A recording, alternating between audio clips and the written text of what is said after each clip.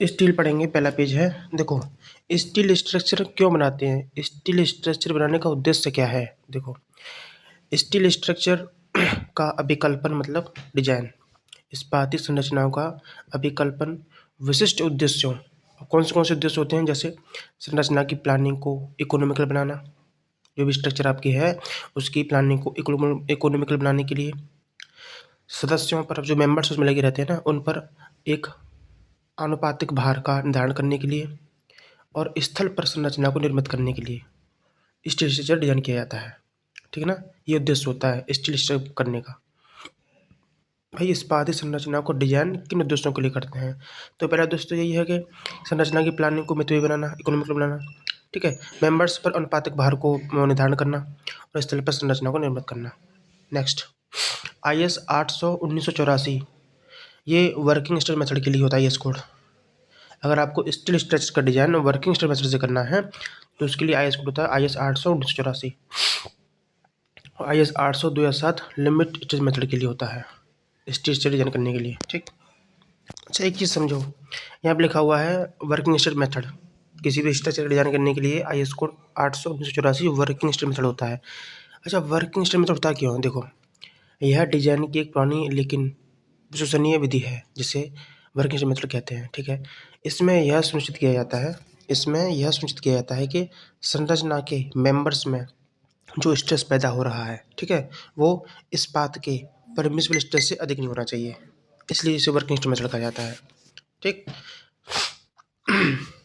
और limitation method क्या होता है, यह वर्तमान में उपयोग की जाने वाली मुख्य और आधुनिक विधि है जिसे लिमिटेशन मेथड कहते हैं। ठीक, यह न केवल संरचना की सुरक्षा पर ध्यान केंद्रित करती है, मतलब स्ट्रेंथ और कोलैप्स पर ध्यान केंद्रित करती है, बल्कि सर्विसिबिलिटी जैसे विक्षेपण, कंपन आदि पर भी ध्यान केंद्रित करती है।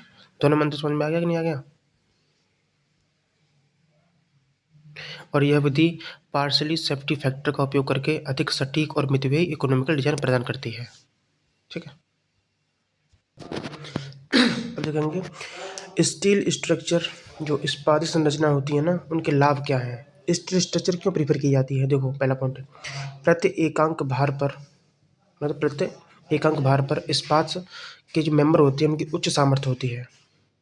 ठीक है जी, मतलब प्रति एकांक भार को सहन कर लेते हैं, भार में हल्के होते हैं, इसलिए आप उसको ट्रांसफर भी कर सकते हैं, स्थानांतरित भी कर सकते हैं आराम से। ठीक है, और इसे प्री फैब्रिकेटेड संरचनाओं के रूप में भी उपयोग करते हैं। उचित रूप से रख रखाव, अगर इनका अच्छे से मेंटेनेंस रखा जाए ना, तो इस संरचना का जीवनकाल बढ़ जाता है। अधिकांशतः समय के साथ इस्पात की गुणवत्ता में परिवर्तन न के बराबर होता है। ठीक, संरचनात्मक इस्पात की गुणवत्ता इसके यील्ड स्टेज द्वारा परिभाषित की जाती है। स्ट्रक्चरल स्टील की गुणवत्ता इसके यील्ड स्टेज से परिभाषित की जाती है। ठीक है, इस्पात जो होता है, मतलब स्टील, ये डक्टाइल मटेरियल है, जिस वजह से ये अचानक सडनली फेल नहीं होता है। अन्य सभी संरचनाओं की अपेक्षा इस्पात की जो स्क्रैप वैल्यू होती है बहुत ज़्यादा होती है, कंक्रीट और लकड़ी से बहुत ज़्यादा होती है। हम देखेंगे डिसएडवांटेज, इस्पाती संरचनाओं के क्या डिसएडवांटेज हैं। तो इस्पाती संरचना संक्षारण से अधिक प्रभावित होती हैं। इस्पाती संरचनाओं को अग्निरोधक उपचार की आवश्यकता पड़ती है, जिससे इसकी लागत बढ़ जाती है। इस्पाती संरचना में फटीग विफलता, मतलब रिपीटेड साइकिल भार के कारण होती है। इस्पाती संरचना में जो फटीग विफलता होती है, ये रिपीटेड साइकिल भार के कारण होती है। अब बढ़ेंगे नेक्स्ट नोट, जो कोस्टल रीजन होते हैं ना, मतलब तटीय क्षेत्रों में संक्षारण प्रतिरोध के रूप में जस्तीकृत इस्पातीय GI इस्पात का प्रयोग किया जाता है। मतलब तटीय क्षेत्रों में या कोस्टल रीजन में संक्षारण प्रतिरोध के रूप में जस्तीकृत इस्पात का प्रयोग किया जाता है। इस्पात की यांत्रिक गुणवत्ता इसके रासायनिक संगठनों पर डिपेंड करती है। भाई, स्टील की मैकेनिकल जो क्वालिटी है ना, इसके केमिकल कंपोनेंट पर डिपेंड करती है। अब हम पढ़ेंगे इस्पाती संरचना के यांत्रिक गुण। देखो, पहला है यील्ड स्ट्रेस। भाई, इस स्ट्रक्चरल स्टील जो होती है, स्टील स्टील का यील्ड स्ट्रेस कितना होता है, एफ आई की वैल्यू 220 से 540 न्यूटन प्रति स्क्वायर। ठीक है।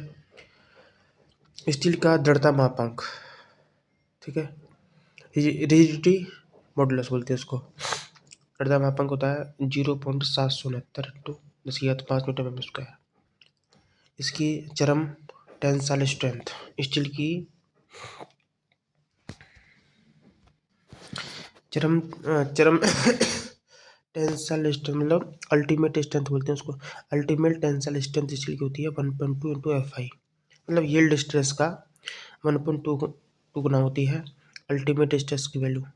ठीक है, अब आगे देखते हैं। माइल्ड स्टील जो होती है इसमें परसेंटेज ऑफ इलॉन्गेशन कितना होता है अगर लो कार्बन स्टील है तो। हमारी mild steel low carbon steel से बनी हुई है, उसमें परसेंटेज इलॉन्गेशन आ जाएगा 20%। ठीक, और तापीय प्रसार गुणांक कितना होता है स्टील का, 12 गुणा 10⁻⁶ डिग्री सेंटीग्रेड। स्टील का मॉडल इलास्टिसिटी ई की वैल्यू होती है 2 गुणा 10⁵ न्यूटन प्रति स्क्वायर। स्टील की डेंसिटी कितनी होती है 7850 किलोग्राम पर मीटर क्यूब। स्टील का शियर मॉडुलस क्या होता है, जी की वैल्यू 0.4 इंटू ई, मतलब मॉडुलस इलास्टिसिटी का 0.4 गुना होता है shear modulus. Poisson ratio, steel का पॉइजन रेशियो क्या होता है इलास्टिक लिमिट में। इलास्टिक में तो होता है 0.25 से 0.42 और प्लास्टिक में होता है 0.5। नोट, एनेलिंग प्रक्रिया द्वारा मुलायम और सबसे अधिक तन्य मतलब डक्टाइल इस्पात प्राप्त करते हैं। एनेलिंग मेथड से हम सॉफ्ट और डक्टाइल इस्पात प्राप्त करते हैं। कार्बन परसेंटेज के आधार पर इस्पात के प्रकार, तो देखो पहला है हमारा कास्ट आयरन, डलवारोवा। कास्ट आयरन जो है इसमें फ्री कार्बन की मात्रा मतलब कार्बन की मात्रा होती है 1.7 से 4.5% तक। रॉट आयरन जो होता है ये लोहे का सबसे शुद्ध रूप है। ठीक, इसमें कार्बन होता है 99, मतलब इसमें लोहा होता है 99.5 से लेकर 99.8% तक शुद्ध लोहा, और कार्बन रहता है 0.05 से 0.15% तक।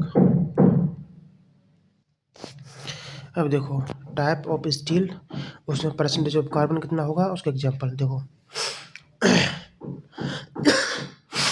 लो कार्बन स्टील होती है ना, लो कार्बन स्टील में कार्बन का परसेंटेज होता है 0.12 से लेकर 0.25%। लो कार्बन स्टील का एग्जांपल हो जाएगा माइल्ड स्टील। भाई mild steel low carbon steel में आता है। ठीक है, माइल्ड स्टील में कार्बन होता है 0.32% के आसपास। दूसरा हमारा मीडियम कार्बन स्टील, इसमें कार्बन होता है 0.25 से 0.60%। ठीक, ये मीडियम स्टील इसमें आता है। तीसरा होता है high carbon steel. High carbon steel में कार्बन की मात्रा 0.60 से 1.5% होती है, ये हार्ड स्टील में आता है।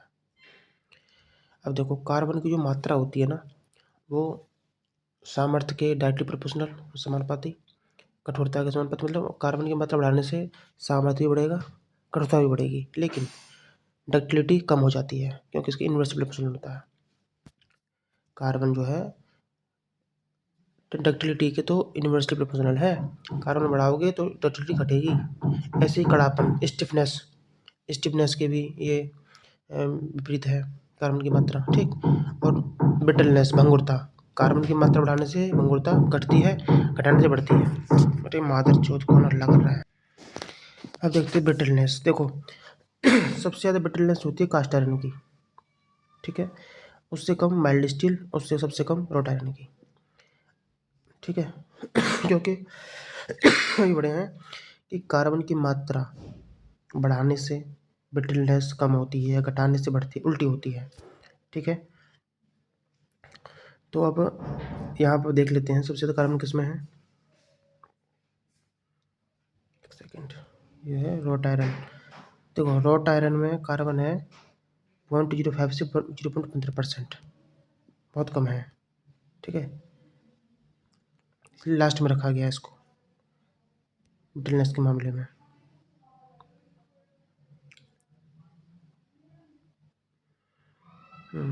सही है, क्योंकि यहाँ पे देखो यहाँ पे कास्ट आयरन में जो कार्बन होता है 1.7 से 4.5% बहुत ज़्यादा होता है। ठीक है, किसमें कास्ट आयरन में, तो ये कास्ट आयरन सबसे पहले रखा गया है।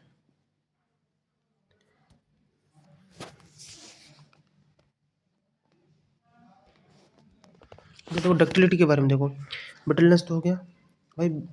ब्रिटलनेस के मामले में सबसे ज़्यादा ब्रिटलनेस कास्ट आयरन की होती है, याद कर लो। उससे कम माइल्ड स्टील, फिर रॉट आयरन। और डक्टिलिटी की वाले बात करता था तो सबसे ज़्यादा डक्टाइल होता है रॉट आयरन, उससे कम माइल्ड स्टील, फिर cast iron. Stainless steel chromium पदार्थ के कारण संक्षारण का विरोध करती है। भाई स्टेनलेस स्टील संक्षारण के विपरीत उसकी अंदर ताकत क्यों आती है? क्योंकि उसमें क्रोमियम होता है। क्रोमियम की वजह से वो संक्षारण का विरोध करती है। स्टेनलेस स्टील में क्रोमियम की मात्रा 12% होती है। अब ये तो हो गया क्रोमियम की बात। अब हम देखेंगे सिलिकॉन। सिलिकॉन की मात्रा अगर इस्पात में है तो क्या इफेक्ट पड़ेगा? देखो, इस्पात में सिलिकॉन की 0.2% से कम मात्रा इस्पात के भौतिक गुण जैसे प्रत्यास्थता, कठोरता, तन्यता, सामर्थ्य आदि पर कोई प्रभाव नहीं पड़ता। मतलब सिलिकॉन की मात्रा 0.2% से भी कम है तो इस्पात के भौतिक गुण जितने भी होते हैं ना, physical qualities, elasticity, hardness, ductility, strength, इन सब पर कोई प्रभाव नहीं पड़ता। हाँ, अगर सिलिकॉन की मात्रा 0.2% से अधिक है, लगभग 0.30 से लेके 0.40%, तो इस्पात की इलास्टिसिटी और सामर्थ्य बढ़ जाती है।